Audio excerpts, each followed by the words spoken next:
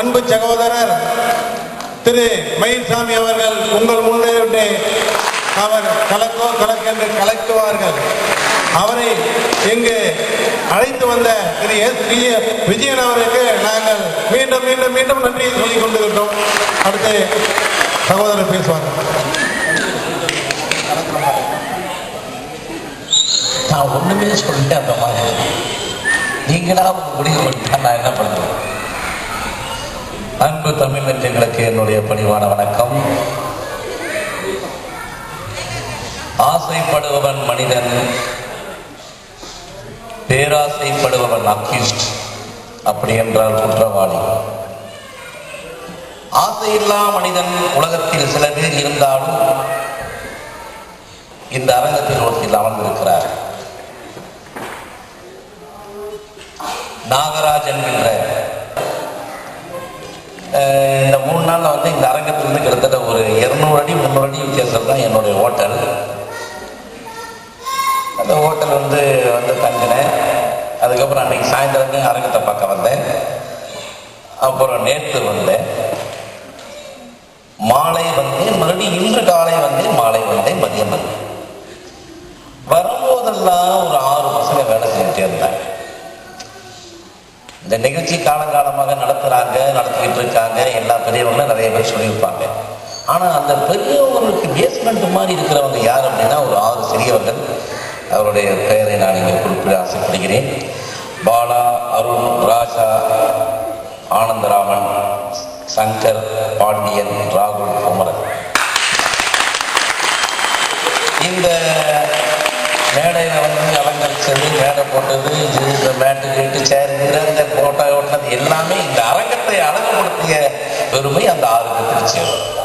அவர்களுக்கு என்னுடைய பணிவான வணக்கம். 2வது, பாரிஸ்ல எம்ஜிஆர் பேரணி அப்படிங்கும்போது ஒரு மனசுக்கு அளவில்லா சந்தோஷம். விஜயன் சொன்னதை போல தாய் பாசம் என்றால் எனக்கு புல்லரிக்கும் அப்படின்னாரு. அது அவருக்கு. எனக்கு தாய் பாசம், தகப்ப பாசம் அதெல்லாம் கிடையாது. நம்ம கதைக்குமா கேரக்டர் வேற. சம்பாரிச்சமா 4 பேருக்கு கொடுத்தோமா நீ சந்தோஷமா இருந்து போயிட்டே இருக்கணும். மற்றவங்களுக்கு மாத்திரம் பாதகமா இருக்கவே கூடாது. எனக்கு இந்த இடத்துல என்னன்னா, இந்த 88 வயசான திரு கபில் அவர்கள் அப்படி உட்கார்ந்து பேசும்போது வார்த்தைகள் எப்படி வருது? கையும் வாயும் ஒரே நேரத்தில் வருகிறது. அப்படி என்றால் அவருடைய ஆற்றல், அதெல்லாம் மிகப்பெரிய ஆண்டவனுடைய அருள் இருந்தால் அப்படி இருக்க வேண்டும். என்னடா தெரியுங்க, அம்மா அப்பாவை பத்தி பேசி இப்படி வரேன் அப்படின்னா நம்ம பாலிசி அப்படின்னா ஆசைப்படுபவன் மனிதன், பேராசைப்படக்கூடாது அப்படின்னு எதுக்கு சொல்றேன்னா, அது எங்க அம்மா அப்பாவா இருந்தாலும் சரி, வேற ஒருத்தர் அம்மா அப்பாவா இருந்தாலும் சரி, அதுக்காக சொல்றேன். ஏன் எனக்கு தாய் பாசம் தகவல் பாசம் அப்படின்னா பேராசை இருந்தால் நான் யாரையும் ஏற்றுக்கொள்ள மாட்டேன். இல்லைங்க, எம்ஜிஆருக்கு தாய் தான் முடியும். எம்ஜிஆருக்கு தாய் அமைச்ச மாதிரி எல்லாத்துக்கும் அமைச்சுதான். இதை விட உலகத்தில் என்ன இருக்கு? எல்லாருமே தர்மக தாய் இருப்பாங்கல்ல, அந்த மாதிரி இல்லை. அது மாதிரி அந்த எம்ஜிஆருடைய நிகழ்ச்சிக்கு வருவது ரொம்ப ரொம்ப சந்தோஷம். எங்க அப்பா இறந்தனாலும் நான் சந்தோஷமா தான் இருந்தேன். எங்க அம்மா இறந்தனாலும் ரொம்ப சந்தோஷமா தான். ஆனால் அவங்க போயிட்டாங்க, ஓகே ஆகலாம். ஆனா எம்ஜிஆர் இறந்த போது 2 நாள் நான் நானாகவே இல்லை. காரணம், அது சொல்லி பார்த்தால் தெரியாது. அது எம்ஜிஆரை உணர்ந்து உயிராக்காக நேசித்தவர்களுக்கு மட்டுமே அது தெரியும். எனக்கு எம்ஜிஆர் என்ன சம்பந்தம்? விஜயன் எம்ஜிஆர் பார்த்ததுல நான் பார்த்தது படத்துல பார்த்தோட சரி. ஆனா ஒரு நாளைக்காவது அவர் பேரை நாங்கள் உச்சரிக்கவில்லை என்றால் எங்களுக்கு உணவு இல்லை. அன்று நாங்கள் இறந்தவர். இன்னும் என்னை இந்த மண்ணில் கம்பீரமாக வைத்துக் கொண்டிருப்பவன் நான் வணங்கும் அண்ணாமலையாரும், நான் வணங்கும் எம்ஜிஆரும். எனக்கு வயது 48 முடிய போயிருக்கிறது. பையன் சினிமாவில் கதாநாயகனாகிவிட்டான், இன்னொருவன் படிக்கிற மாதிரி நடிக்கிறான், ஒரு கதாவிஷ்டம். அதை பத்தி எனக்கு கவலைப்பட மாட்டேன். எனக்கு படிப்பை பற்றியும் தெரியாது. இவ்வளவு பேசக்கூடியவன் நான் ஏன் சீட்ல ஒரு 6 பேர் எழுதிச்சுன்னா, இந்த 6 பேர் என்னங்கிறது பழக்கம் இல்லை, அதனால எழுதி வச்சுட்டேன். மற்றதெல்லாம் தட்டி விட்டா வந்துட்டே இருக்கும். எனக்கும் எம்ஜிஆருக்கும் என்ன சம்பந்தம்? எம்ஜிஆரை பத்தி நீங்க என்ன கண்டீங்க? படத்தை தானே பார்த்தீங்க, ஓகே. இன்னமும் எம்ஜிஆர் கூடவே இந்த மாதிரியே பேசுறீங்களே அப்படின்னு சில பேர் சொல்லுவாங்க. அதாவது தெரியாதது அப்படின்னு சொல்லுவாங்க. மதுரை மீனாட்சி அம்மன் கோயில் இருக்கு, தெரியுமே. அது தெரிந்தது. தெரியாது என்ன, இங்கிருந்து மதுரை மீனாட்சி அம்மன் கோயில் தெரியுமா? தெரியாது.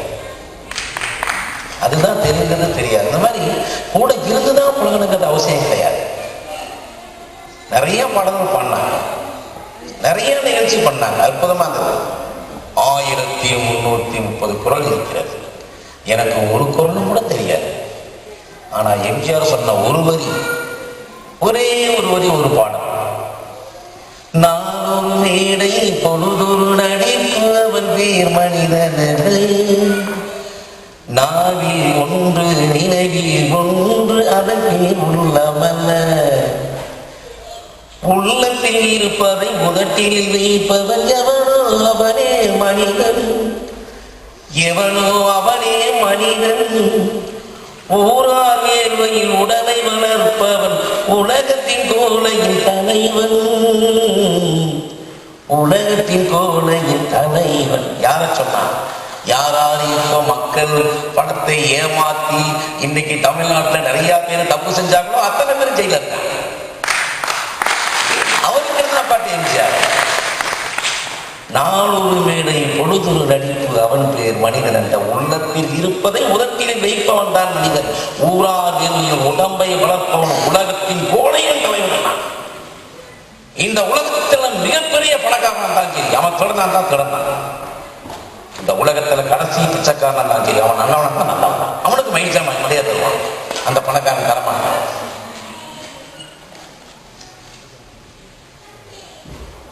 எத்தனை வரைக்கும் காட்டுல நிலவடிச்சு என்ன பிரயோஜனம்? பசி எங்க சோறு போடுறா, பிரச்சனை நில்லுன்னா. இதுதான் திருக்குறள், இதுதான் எம்ஜிஆரின் குறள். அதைத்தான் நாங்க மாசம் குறைஞ்சபட்சம் 10 லட்சம் 7 லட்சம் 5 லட்சம் ரூபாய் சம்பாதிக்கிறேன். சத்தியமா சொல்றேன். என் எம்ஜிஆர் மேல ஆணையா சொல்றேன், என் அண்ணாமலை மேல ஆணையா சொல்றேன். அண்ணாமலை திருவண்ணாமலை அருணாச்சலேஸ்வரர் கோயில் இவ்வளவு சம்பாதிக்க. நாளைக்கு ஏதாவது ஒண்ணு ஆகி போச்சுன்னா என்னை தூக்கி போறதுக்கு கூட பேங்க்ல 10,000 ரூபாய் கிடையாது. அப்படிதான் வாழ்ந்துட்டு இருக்கேன். சம்பாதிக்கிறேன், செலவு பண்றேன், தர்மம் பண்றேன், என் வீட்டையும் பார்த்துக்கிறேன், நானையும் பார்த்துக்கிறேன், சந்தோஷமா இருக்கேன். யாருக்கும் எந்த பிரச்சனையும் இல்லை. நான் பண்ற தப்பு என்ன மட்டும்தான் பாதிக்கிறேன், மற்றவங்களை பாதிக்க. இதெல்லாம் கத்துக்கிட்டது ஒரு அற்புதமான காலேஜ், ஒரு அற்புதமான ஸ்கூல், ஒரு அற்புதமான வாத்தியார். அவர் தான் என் தலைவர், மக்கள் தலைவர் எம்ஜிஆர். இவரை தவிர இந்த உலகத்தில் வேறு யாரும் எனக்கு தெரியாது. இவ்வளோ பேசுறீங்க நீங்க, எம்ஜிஆர் கிட்ட எப்படி பழகுனீங்க? நான் தான் சொல்றேன், நானும் பார்த்ததில்லை, விஜயன் அவர்களும் பார்த்ததில்லை. எம்ஜிஆர் அதாவது மவுண்ட் ரோட் இருக்கிற எம்ஜிஆர் சிலைக்கு 10 ஆண்டு காலமாக தினந்தோறும் காலை 10 மணிக்கு மாலை, சமாதிக்கும் காலை 10 மணிக்கு மாலை என் அருமை நண்பன் திரு சக்தி அவர்கள் நான் சொல்லி அவர் போடுவார். தேவைங்கும் போது பணத்தை கேட்டு வாங்குவார். இப்பொழுதுதான் அரசாங்கம் புதுசாக வந்து அது இந்து பேப்பரில் தெரிஞ்சு அரசாங்கம் போடும் என்று இப்பொழுது மாலை அவங்க எடுத்துக்கிறாங்க. ரொம்ப சந்தோஷம். ஆனா இப்படி இருந்து எம்ஜிஆருக்கு உங்களுக்கு என்ன ஒரு நட்பு அப்படின்னா அதை கதைக்கிறாங்க. எனக்கு ஒரு 10 வயசு. அந்த 10 வயசுல இப்ப தாடி குளத்துல நம்ம நல்ல விஷயங்களை பேசும்போது கூட இந்த பிஞ்சு குழந்தைகள் விளையாடுறது அது தெரியாது இல்லையா? அந்த மாதிரி ஒரு பருவம். 10 வயசுல சில விஷயங்கள் தெரியும், பல விஷயங்கள் தெரியாது. கோலி நல்லா குண்டுன்னு சொல்லுவாங்க, கோலி விளையாடு நல்லா ஆடிட்டு கரெக்டாக அந்த ஒரு 1 மணிக்கு பசிக்கிற நேரத்தில் வீட்டுக்கு போன உடனே வந்துட்டியா ஆச்சா முஜன் கத்துனாங்க, சாப்பாடு எடுத்து வச்சாங்க. அந்த கை ஒரு அற்புதமாக அழகாக கலவி நான் சாப்பாட்டில் கை வச்சிருந்தாலும் எனக்கு பிரச்சனை இல்லை. நான் சாப்பிடணுங்கிற ஆசையை விட நான் குண்டு விளையாடுனாங்கிற ஆசை தான் எனக்கு. தண்ணி தொட்டியில கையை விட்டு சலசலன்னு அப்படி அலசி கையை சரியா கழுவாம அந்த மல்லிகை மாதிரி இந்த சோத்துல கையை வைக்கும் போது வெள்ளை சோறு கருப்பாகி போச்சு. எங்க அம்மா என்னை ஓங்கி ஒரு அறை அரைஞ்சாங்க. அந்த அரைஞ்ச நேரத்தில் நான் என்ன பண்றது, என்ன பேசுறது, என்ன சொல்றது எனக்கு ஒன்றும் புரியாம எந்த ஒரு மகனும் எந்த ஒரு தாயும் சொல்லக்கூடாத ஒரு வார்த்தையை திட்டி விட்டு சோதனையும் தட்டி விட்டு வெளியே ஓடி விட்டான். மறுபடியும் குண்டாடிக்கிட்டு இருக்கேன். திடீர்னு பார்த்தீங்கன்னா ஒரு 15 வயசு பெண்மணிலாம் அங்கே பக்கத்தில் நிற்கிறாங்க. ஒளிஞ்சுக்கணும், நம்மளை யாரும் தேடக்கூடாது, பிடிக்கக்கூடாது. இதுதான் என்னுடைய விஷயம். காரணம், அம்மாவை சொன்ன வார்த்தை அம்மாவுடைய இதயத்தை ரொம்ப பாதிச்சிருந்தது. எனக்கு தெரியாது, அவங்களுக்கு தானே தெரியும். உள்ள போய் உட்காந்து பார்த்தா அப்பப்போ அப்படியே வர்றாங்க, சில பேர் வர்றாங்க, பக்கத்தில் உட்காடுறாங்க, ஸ்க்ரீனை அப்படியே இந்த திக்கில் விழும்போது பார்க்கணும், பயமா இருக்கு. பக்கத்தில் சொந்தக்காரனா நம்ம தெருவுக்காரனா பிடிச்சி கொடுத்துருவானா, அவங்க ஒரு பைக்கில் இருக்கிறேன். திடீர்னு ஒரு ஸ்க்ரீன் அப்படி தூக்கும். அந்த ஸ்க்ரீன் தூக்கி போனால் ஒரே சத்தம், ஒரே ஆரவாரம். என்ன யார் ஹீரோன்னு ஒன்றுமே தெரியாது. அப்படியே பார்த்தா ஒரு எழுத்து போட்டாங்க, பேர் போட்டாங்க, என்ன போட்டாங்க, கை தட்டு பூவா பிறக்குது, கற்பூரமா எரியுது. என்னடா இது? அம்மாவை திட்டம் எனக்கு அப்படி அப்படியே கொஞ்சம் கொஞ்சமாக மறந்து போய் இப்பதான் மல்லிகைப்பூ இட்லி மாறி, வானத்தில் இருக்கிற நிலா மாறி, இந்த உலகத்தில் எனக்கு பிடித்த முதல் நண்பன் மாறி, ஒரு அற்புதமான முகம். மாண்புமிகு மக்கள் தலைவர் எம்ஜிஆர் முகத்தை முதலாக கண்டேன். என்ன படம் தெரியுமா? நான் ஏன் பிறந்தேன். அந்த படத்தில் எடுத்ததுமே பாட்டு. நான் ஏன் பிறந்தேன், நாட்டுக்கு நலம் என்ன புரிந்தேன், என்னவோ சொல்றாரான்னு படம் பார்க்கிறவன் அத்தனை பேர் கூர்ந்து பார்க்கிறான். தவறு செய்தவன் நானும் கூர்ந்து பார்க்கிறேன். பாடலை கேட்க கேட்க கேட்க கேட்க நல்ல விஷயங்கள் எல்லாம் சொல்லுகிறார். இருந்தாலும் மனதிற்குள் எனக்கு ஒரு பயம். பக்கத்தில் இருக்கிறவன் யாரோ, பின்புறம் இருக்கிறவன் யாரோ, முன்புறம் இருக்கிறவன் யாரோ. பயத்திலேயே படம் பார்த்துக்கிட்டு இருக்கேன். முகத்தை பார்த்ததுமே கொஞ்சம் கொஞ்சமா அந்த பயம் போகுது. திடீர்னு பார்த்தா என்னை எங்க அம்மா அடிச்சது மாதிரியே அந்த பாட்டிலையும் அந்த பாடல் காட்சிலையும் ஒரு மகனை ஒரு தாய் அனுப்பாங்க. அந்த தாயா தெரியுமா? Puliyur Saroja dance master. அப்பெல்லாம் எனக்கு தெரியாது. என்னடா அம்மா நம்ம நடிச்ச மாதிரியே அங்கே ஒரு பொம்பளை ஒரு பையன் நடிக்கிறாங்களே அப்படின்னு. கட்டினா எம்ஜிஆர் அந்த இடத்துல வந்து நிற்பேன். நின்ன ஒன்று ஒரு வரி பாடுவார். 10 திங்கள் சுமந்தாலே அவள் பெருமை பட வேண்டும், உனை பெற்றதனால் அவள் மற்றவராலே போற்றப்பட வேண்டும், கற்றவர் சபையில் உனக்காக தனியிடமும் தர வேண்டும், உன் கண்ணில் ஒரு துளி நீர் வந்தாலும் உலகம் மற வேண்டும். இந்த வரி எனக்கு இப்ப பாட தெரியுது, அப்ப தெரியல. அந்த வரியில முதல்ல எம்ஜிஆர் பாடும்போது 10 திங்கள் சுமந்தாலே அவள் பெருமை, அம்மா அப்படின்னு எங்க அம்மா நினைக்கிறேன், உன்னை பெற்றதனால் அவள் மற்றவராலே போற்றப்பட வேண்டும், அம்மா நான் அழுகிறேன். கற்றவர் சபையில் உனக்காக, அந்த வரி முடியும் போது அழுகிறேன். உன் கண்ணில் ஒரு துளி நீர் வந்தால் இந்த உலகம் அழ வேண்டும் அப்படின்னு சொல்லும் போது அந்த தேட்டரை விட்டு நேரா ஓடி வந்து எங்க அம்மா கால அம்மான்னு விழுந்தேன். அன்னைக்கு தான் இந்த மக்கள் கழகம் எம்ஜிஆருக்கும் இந்த மயில்சாமிக்கும் பழக்கம், நெருக்கம். இன்று வரையும் நான் சாகும் வரையும் அதுதான். எத்தனையோ பேர் எனக்கு பணம் கொடுத்து எல்லா கட்சியிலும் கொடுத்தாங்க. இதுதான் நாங்கள் எம்ஜிஆர் கிட்ட நாங்கள் விரும்பின காட்சி. இப்படி எல்லாம் விரும்பிட்டு இருக்கும் போது அமெரிக்காவில் அவங்களை கூப்பிடுறாங்க, மயில்சாமி எம்ஜிஆர் பற்றி பேசுறதுக்கு சந்தோஷம். மலேசியாவில் சிறந்திருக்க போறாங்க, கூப்பிடுறாங்க, சந்தோஷம். இந்த மாதிரி பாரிஸில் கூப்பிடுறாங்க, சந்தோஷம்.